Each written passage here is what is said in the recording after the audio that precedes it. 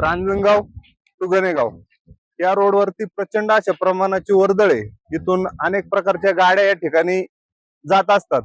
दिवसा हे खड्डे दिसतात, पण रात्रीचे या ठिकाणी मोठ्या प्रमाणात अपघात झालेले दिसून आलेला आहे। तरी माझी प्रशासनाला विनंती आहे की आपण लवकरात लवकर या ठिकाणी या आमच्या मागणीचा, आमच्या सर्व ग्रामस्थांच्या मागणीचा विचार करून लवकरात लवकर हे खड्डे बुजण्यात यावी। रांजणगाव आणि गणेगाव हा मुख्य रस्ता आहे। रांजणगाव पासून राजूरनगर या ठिकाणी जाणारा हा मुख्य रस्ता आहे आणि ह्या रस्त्यावर सतत कानूर मेसाई पासूनची गावं जी आहेत त्या सर्व गावांचा या ठिकाणी ह्या रोडचा वापर असतो आणि ह्या रोडवर सातत्याने त्या ठिकाणी अनेक वेळा अपघात झालेले आपण सगळ्यांनी त्या ठिकाणी पाहिलेले आहेत।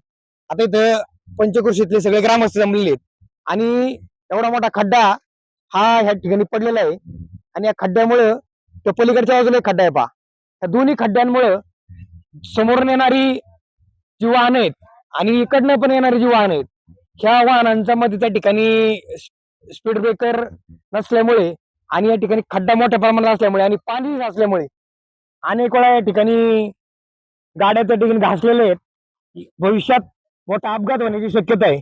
म्हणून संबंधित विभागाला आमच्या सर्व पंचकृषीच्या वतीने, ग्रामस्थांच्या वतीने विनंती आहे की आपण तातडीने या ठिकाणी येऊन ह्या खड्ड्याची पाहणी करून पूर्ण जो रोड आहे, म्हणजे हाच खड्डा नाही, त्या रोडला आपण इथून जर पाहिले तर जेवढे काही खड्डे आहेत ते खड्डे बुजून हा रस्ता जास्तीत जास्त चांगला कसा करता येईल यासाठी आम्हाला प्रशासनाने चांगल्या पद्धतीने सहकार्य करायचे।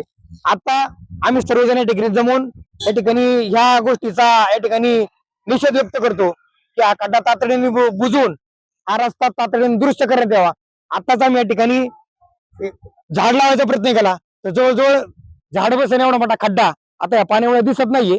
तुम्ही जर ह्या ठिकाणी जर पाहिलं तर हा जवळजवळ खूप मोठा खड्डा आहे आणि हे बघा रांगोळीचा राऊंड पहा, म्हणजे हा जवळजवळ बराच मोठा व्यास ह्या खड्ड्याचा भरतो आणि हे डांबरी रस्ता आहे आणि असं पण नाहीये की ही साईड पट्टी वगैरे, तर हा डांबरीच्या मधोमध आलेला आणि डांबरीच फक्त हातभर डांबरी राहिलेली नाही तर पूर्ण रस्ता खड्डामुक्त खड्डामय झालेला आहे। त्यामुळे माझी विनंती आहे की सर्व ग्रामस्थांच्या वतीने की हा खड्डा दुरुस्त करून रस्ता चांगल्या पद्धतीने बनवण्यात यावा अशी मी संबंधित विभागाला विनंती आहे। आता isakal.com आहे देशातील नंबर 1 ची मराठी न्यूज वेबसाईट। प्रत्येक अपडेटसाठी isakal.com ला नक्की भेट द्या।